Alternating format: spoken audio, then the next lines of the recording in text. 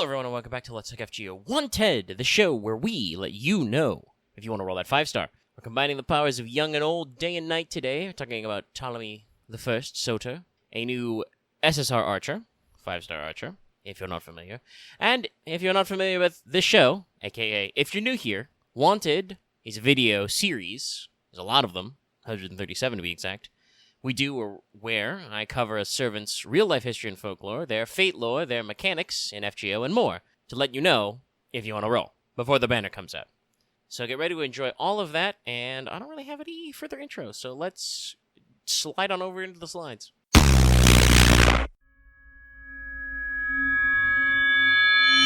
Alrighty, well, let's begin at the beginning with history. Ptolemy I SOTER, born 369, nice. BCE, died 282, not nice. BCE, the P is silent, you do write it with a Ptolemy, but you say it with just the Ptolemy. Anyway, Ptolemy I was a Macedonian general who became a Hellenistic king and an Egyptian pharaoh by palling around with Alexander the Pretty Cool Guy.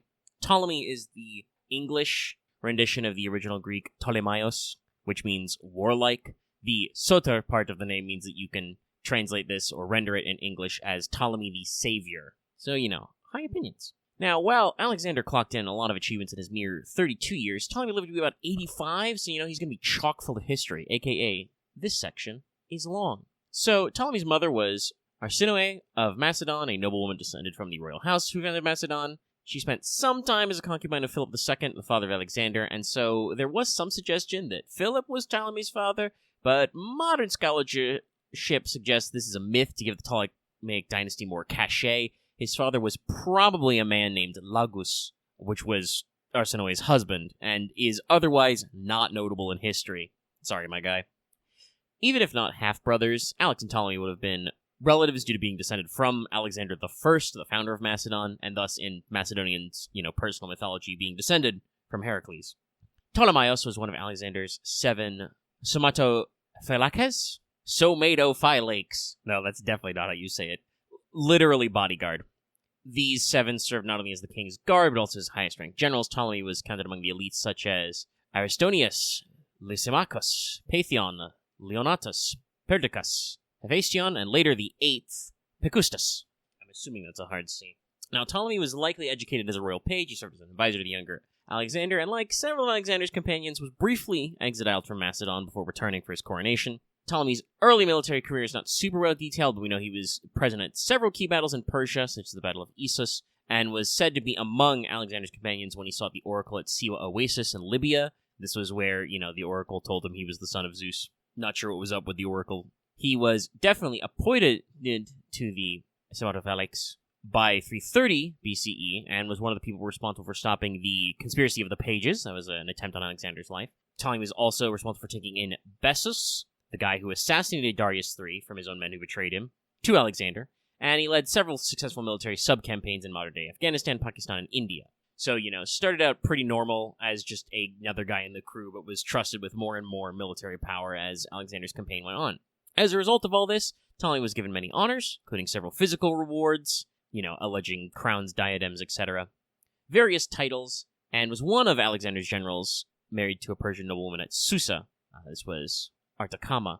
Artakama's not really mentioned again in history. He likely left her behind when he went to Egypt. Anyway, so Alexander the alright, I have to have stolen this joke, died in 323 BCE in Babylon. The next day, the Somatophylaces, Alexander's hetairoi, the companions, literally his heavy cavalry, and even the common soldiers busted in and held a council. Perdiccas had been given Alexander's signet ring and basically told the men to choose one or many. At the time, Alexander didn't have any legal heirs to himself. His child with Roxana wasn't born yet, and while his illegitimate son, also named Heracles, was suggested, Ptolemy and several others voted against it because both children would be the children of quote-unquote captives. Basically, they were half Persian by descent, so it would be odd if they were ruling over Macedonia.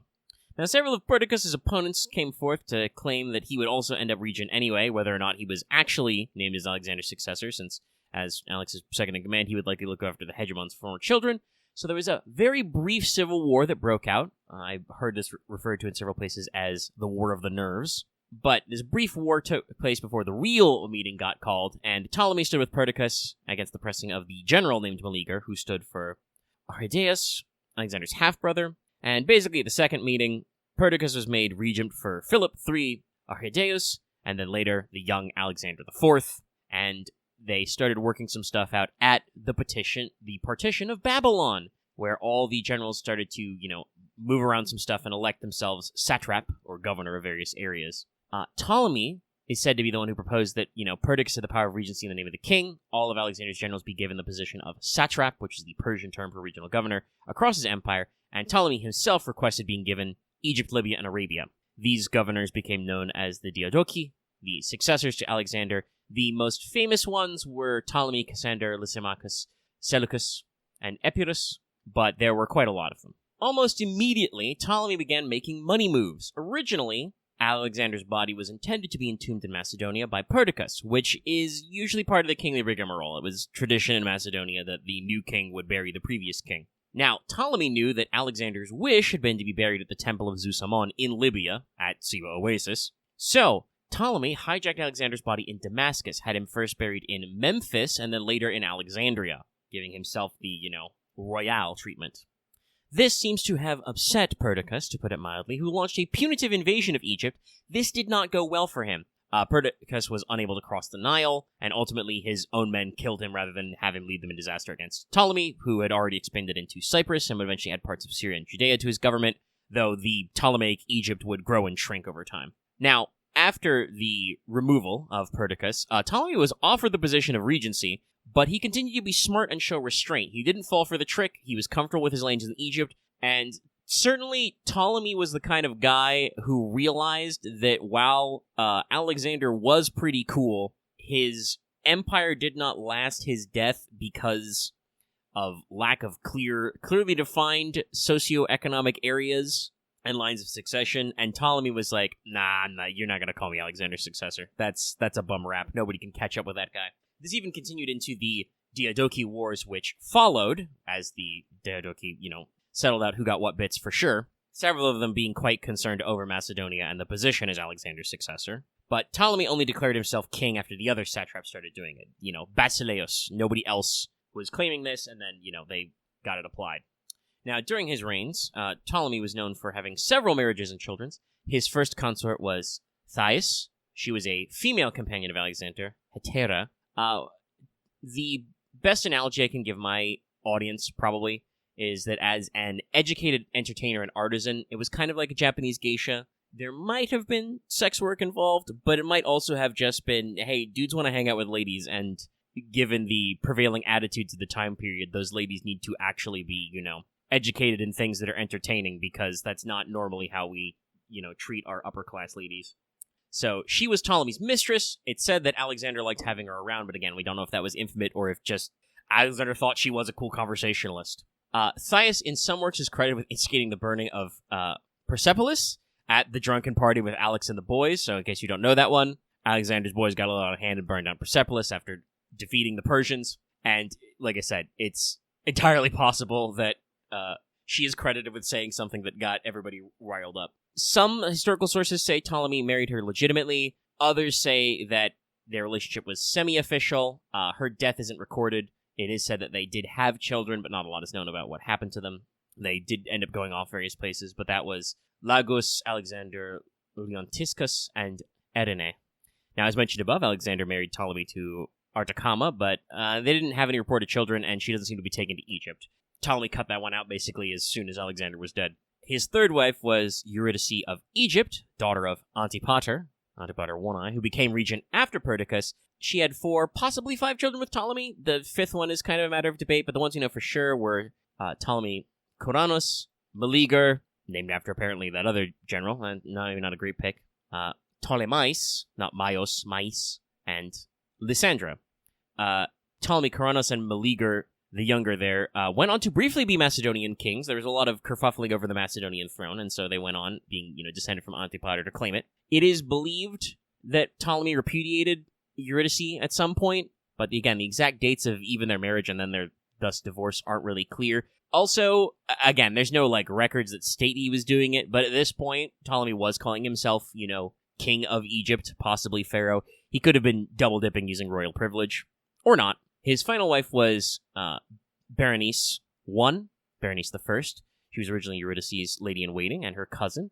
She was a widow who already possessed several children, including a son who was king of Cyprus for a while, and with Ptolemy had 3 children, Arsinoe II, Philotera, and finally, Ptolemy II, Philadelphus, who succeeded Ptolemy as the pharaoh. They even co-ruled for a little bit. If you want me to editorialize, our boy here seems like he wasn't afraid of political marriage to cement alliances, but also he clearly had personal preferences, and he wasn't afraid to take a smaller slice of the pie to end up with a more stable power base. You'll note that it was literally his youngest son who ended up becoming the next pharaoh. You know, all the other guys were out doing other stuff while Ptolemy was, solidifying his power base. Only one of them actually stuck around long enough to get in there. But also, not only was Ptolemy a great general, as we just described, he was also really good at statecraft. Ptolemy had a reputation as being good-natured and liberal. He brewed connections with the soldier class of the Greeks and Macedonians, which attracted him a lot of followers in the post-Alex world.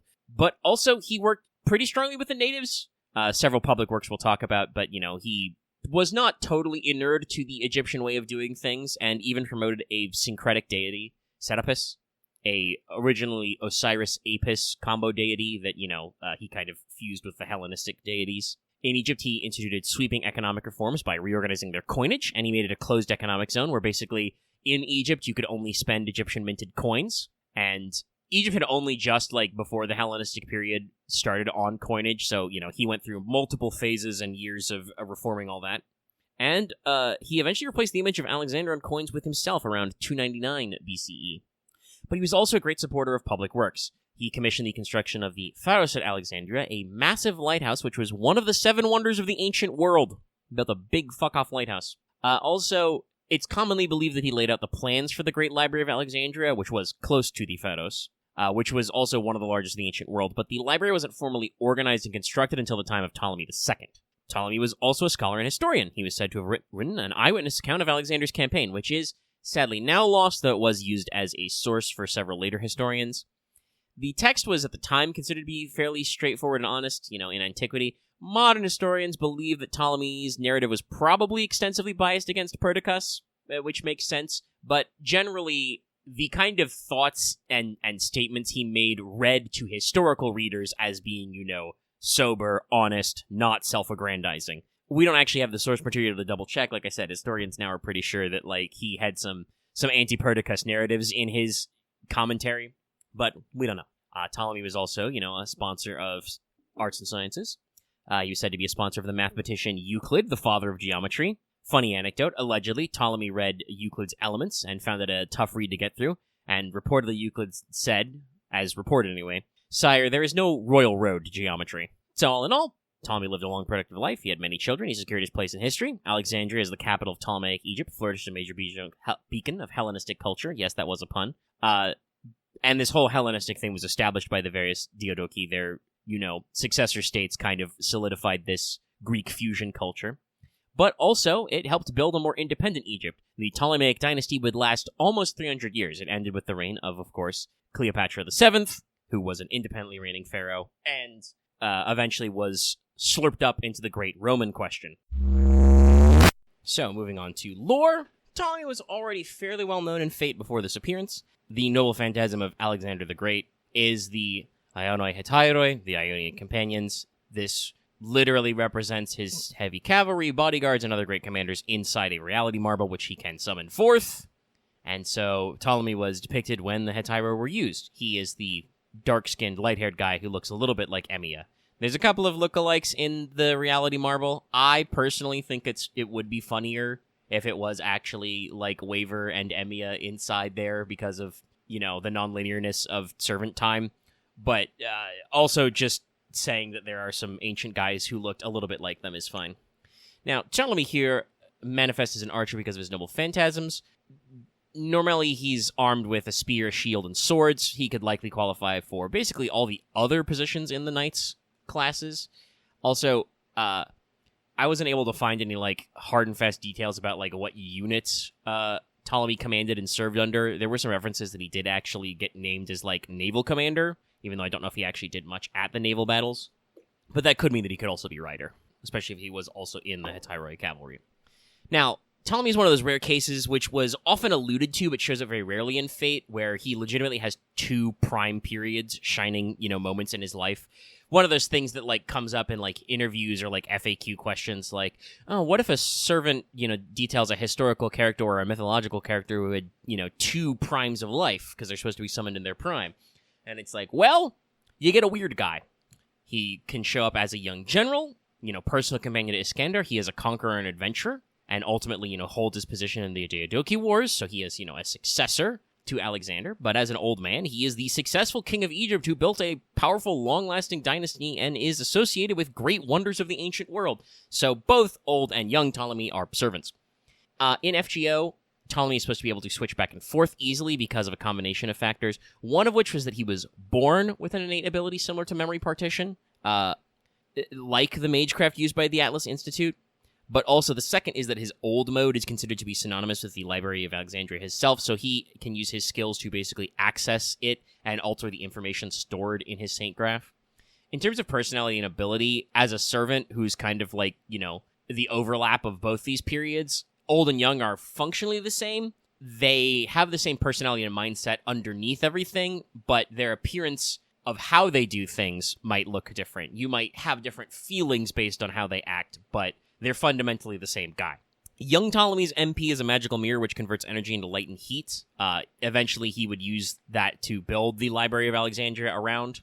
So, one of the great wonders he's associated with. It's similar to Archimedes' heat ray, but magical. And indeed, the way the Pharos worked, there was a mirror at the heart of it for nighttime. It reflected the sun and had a great fire during the night. And the building was decorated with statues of divinities and stuff. So, making it all ritualized works. Old Ptolemy's NP is, again, the Library of Alexandria, that he probably did not personally build, but he did likely plan and is associated with, and so Fate doesn't have to play by the rules of his perfect historical accuracy. There's a lot going on with servants who, have stuff attributed to them, even though they didn't, like Semiramis being associated with the Hanging Gardens, even though she did not do those. The library has various physical manifestations, and all of which are, like the throne itself, ahistorical. Another way to put it, the Library of Alexandria as a noble phantasm is basically to knowledge what the Gate of Babylon is to treasures, including it updates to modern times when summoned. Anything that could be considered like a book or information, old Ptolemy can summon forth. And the Library of Alexandria is connected to the Atlas Institute. Apparently, they had a double secret version of the library commissioned by Ptolemy to store magecraft knowledge. He has sealed that part off, but he can access some of that stuff when using his noble phantasm, and he can use it to basically, mass generate photonic crystals and use magecraft systems like the one the Atlas Institute has. So I guess add Caster to his list of possible classes. Old Ptolemy also does come up in the Adventures of Al-Meloy II. That's the follow-up to Case Files, which at this rate we should expect half an anime adaptation in 2030. Never expect them to actually translate a light novel. Anyway. Ptolemy was also, among his many other, appearances as being alongside Alexander, in the Sensha Otoko parody manga that Type Moon did for an April Fool's. That was the one with the gender-swapped waiver and Tankman Iskander as the protagonist. Iskander has a supporting staff in his household of 4 guys, one of whom is Ptolemy. But Ptolemy's going to appear in FGO in the upcoming Grail front. No more Soul since that. He's an event headliner. We'll see if he crops up in anything else. Who knows, he could show up in the Wow, we're 20 minutes in and we've finally just now gotten to mechanics. Anyway, Ptolemy is a 5-star archer either way. He seems to be on the higher attack, lower HP bracket, but not to either extreme, and quite frankly, that is a packed area for archers. There is a lot of archery, which has, that spread. He is quick, arts, buster. Fairly average hit counts in this below average NP game. It's in the 0.4 zone. And Ptolemy is kind of the perfective form of Melusine style of NP. So in stage 1 and 2, he has a single target buster NP, and in stage 3, it's AoE arts. The single target version is ignore defense for 1 turn. It reduces the target's defense by 20% for 3 turns. The overcharge effect is NP damage up first. The AoE version is sure hit for 1 turn, and then has all the other same effects. The reduces defense, and also the overcharge effect is damage up first. Simple, straightforward, but you literally get to pick single target or AoE, with single target being buster for more dablage, single target being arts for more NP gen. First skill, he has a special charisma. It's 10 to 20% attack up, and 500 to 1k HP per turn for the team, and is also 5 to 15 stars per turn. Second skill is a 10 to 20% Buster and Arts up for the party. It also gives the party a 10 to 20% critical resistance for 3 turns, and is a 30 to 50% battery on self. That's right, he's got a 50% battery. But wait, there's more. The final skill is the switch. I said it was like, Melusine's NP trick. So, basically, you either swap to 3rd Ascension or 1st Ascension. If you're in stage 1 or 2, that version gives you 20 to 30% based on skill level more battery, switches you to 3rd Ascension, which is the AoE form, and then also gives you 20 to 30% NP damage up for 3 turns. Stage 3's version increases NP gain by 20 to 30% for 3 turns, is 30 to 50% critical damage on self for 3 turns, and also 3 turns of increased star weight, and generates 10 to 20 stars instantly. So, when you switch to AoE, you get extra battery. When you switch to single target, to ST, you get extra crit and extra NP gain. Passives, he has Magic Resistance B and Independent Action A for that increase on that crit damage. He also has Territory Creation A+, again, rare for an archer, but good fit for his kit. So his arts cards hit decently well, and the NP gain is a little better than you'd think. He also has a unique passive, which gives him just 20% buff removal resistance at all times. And honestly, this mechanic section is going to be pretty short, because looking at it, Ptolemy's not exceptionally strong, but he's a unit who can offer team support. He can splash, valuable buffs to both himself and the squad. And he has a potential for an 80% battery, and also being arts, he should have all the potential you need for loop farming. But if you need more single target power, you can switch up to a single target focus with a big critical follow-through for enemies with more HP to chew through.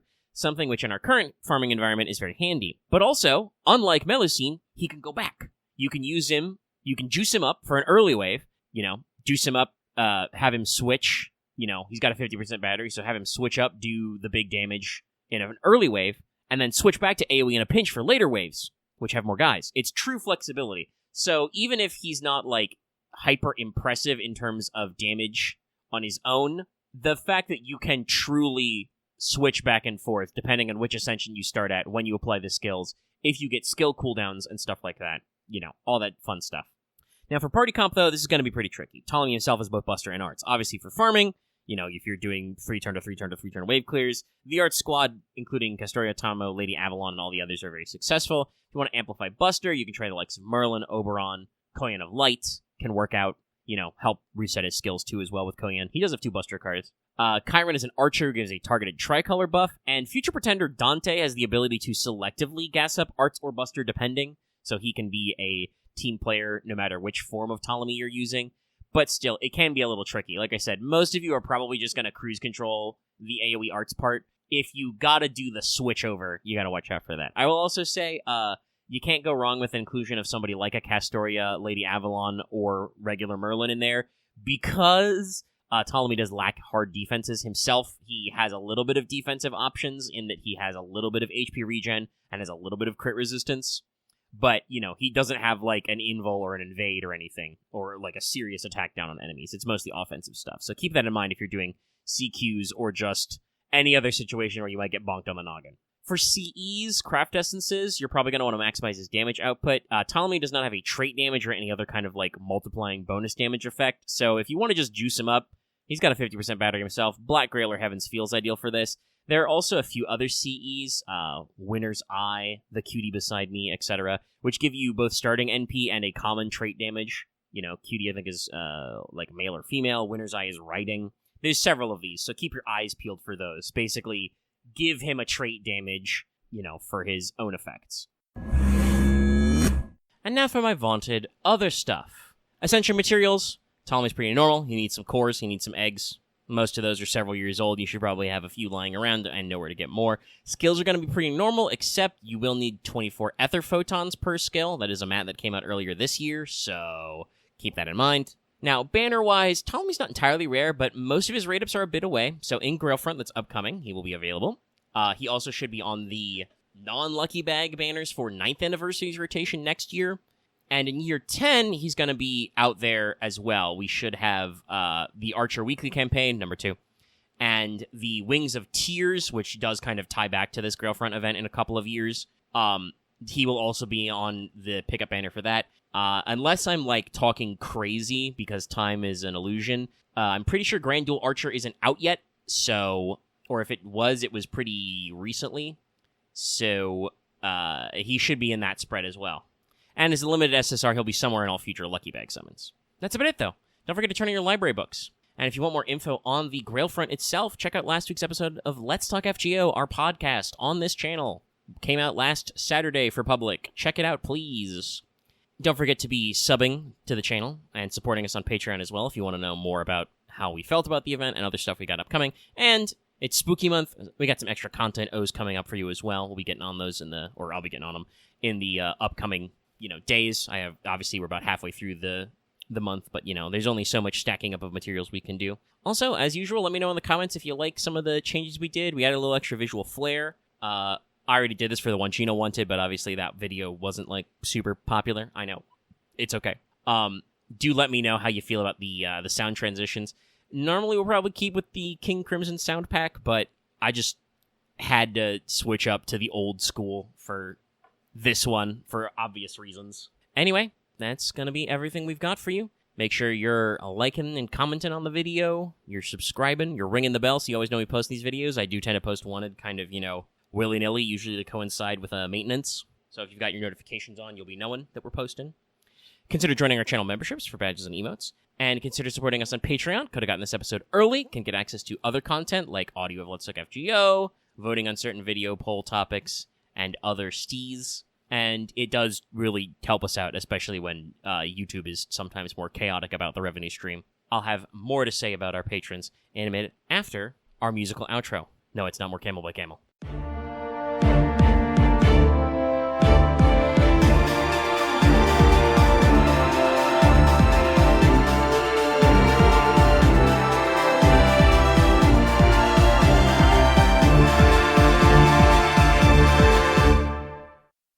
And before we go, just a reminder, like I said, this episode is brought to you by our patrons at all levels, but especially Add Up to Harp, Max G, Call Me Zed, Carlos, Dragon, Jadwin 8000, Chris Starlight, Rise of Kenji, Rogawan, Sharvor, and Varian the Crow. Thank you very much for your support, everybody. And to see more, support us on Patreon.